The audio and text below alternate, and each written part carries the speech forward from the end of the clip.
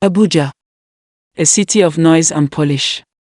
On one side, grand estates in Asokoro, streets washed by headlights, glass skyscrapers glowing like fireflies.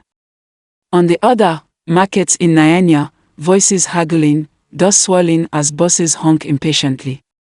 But whether in wealth or want, one truth remains: Abuja hides its deeper stories behind tinted windows. And this is the story of Mercy. A girl whose life began in sorrow, whose name carried her through darkness, whose wedding was meant to end her life, but who fled and lived. Mercy's first years were painted in hardship. Her mother, a fruit seller with tired eyes but a soft smile, raised her alone.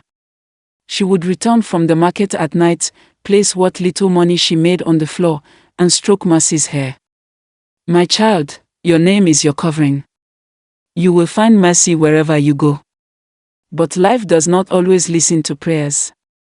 When Mercy was still a child, sickness struck her mother. Within weeks, she was gone. Mercy sat by her grave, clutching the wrapper that had once warmed her. She walked all through the street begging for food and no one came to her rescue. She later started working as a cleaner in a small restaurant not far from where she and her mother once lived. The owner of the restaurant gave her the job because she knew her mother. A lot of time, she would break plates and the owner would beat her and not pay her for the day work. One day, Chief Adewale Coker came to eat at the restaurant as part of his normal routine of going into the trenches once a month to look for a less privileged, and there he saw her.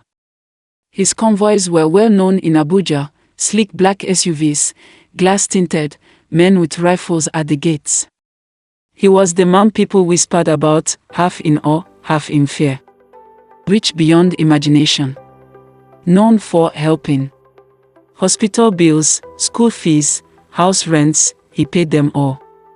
People called him the hand of God in Abuja. And when he saw Mercy, orphaned and alone, he declared, "This girl is mine to raise." The crowd hailed him. Kindness lives in this man's heart. But kindness was not what guided his hand. That night, Mercy entered the Coker mansion. It was a different world. The gate stood like a fortress. The lawns were trimmed, the fountain whispered under Abuja moonlight.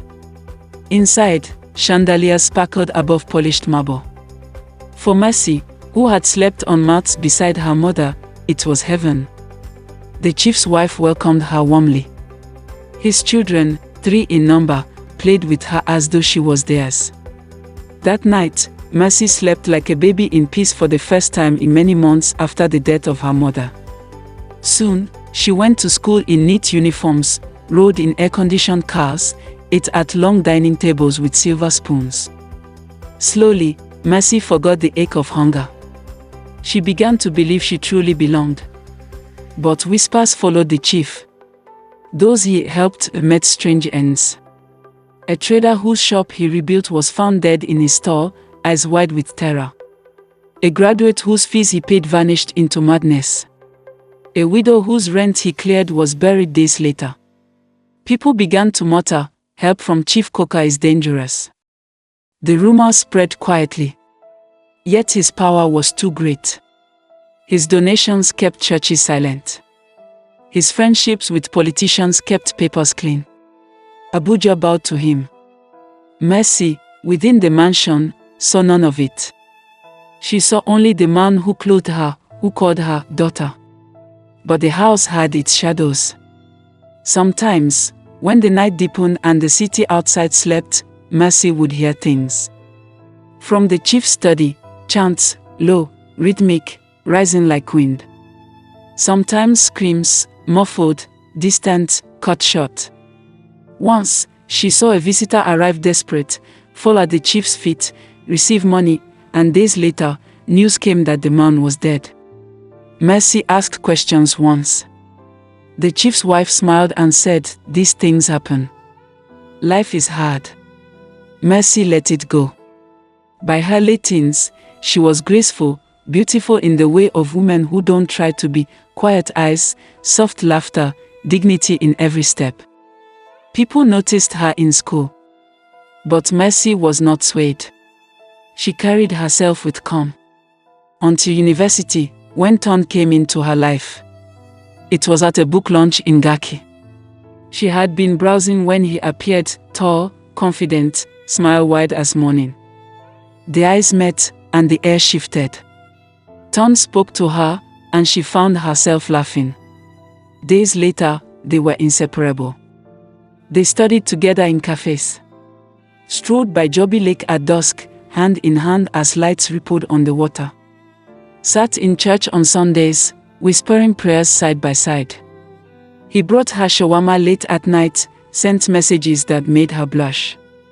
He was attentive, gentle, patient. Mercy told herself, this is love.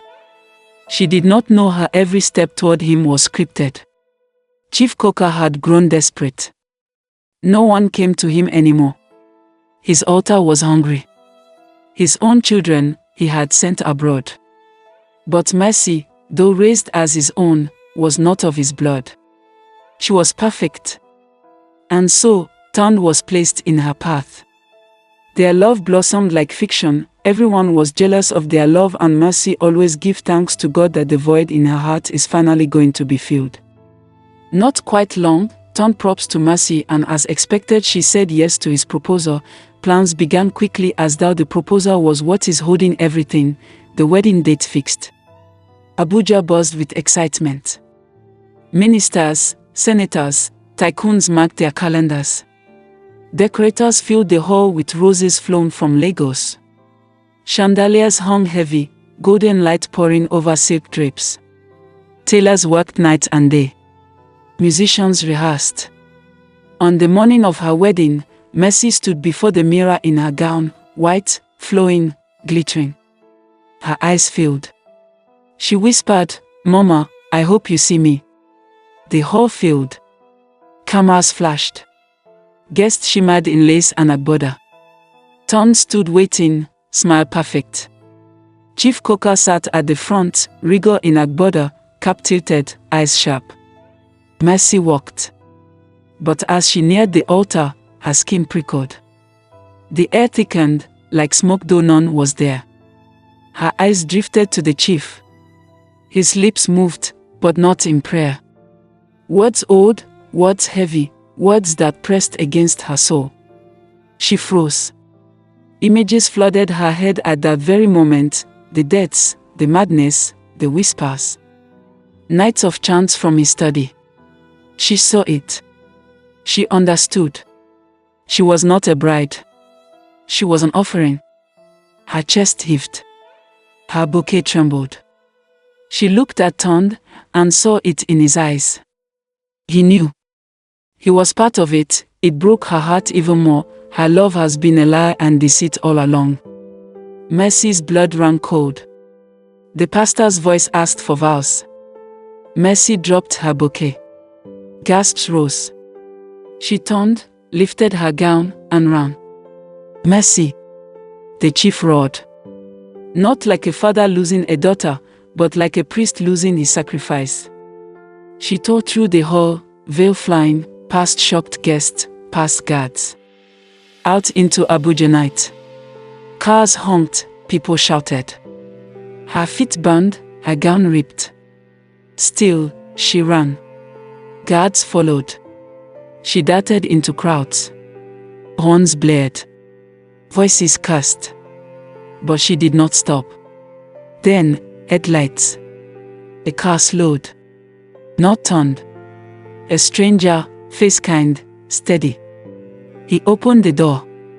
Mercy leapt in. The car sped. Behind her, chants rose like thunder, but they faded.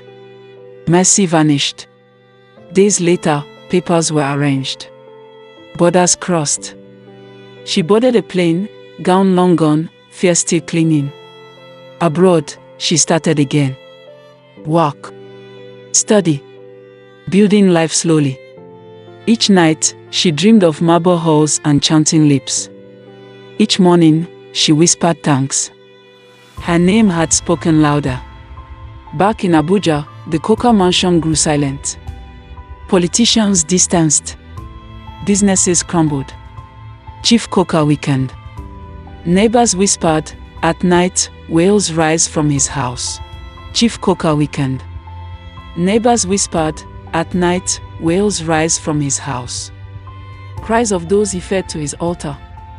He died not in grandeur, but in loneliness.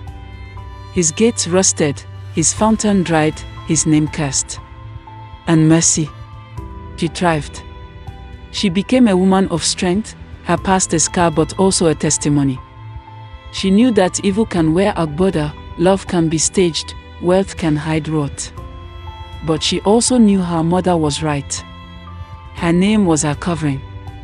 And so, Mercy's name spoke for her all days of her life.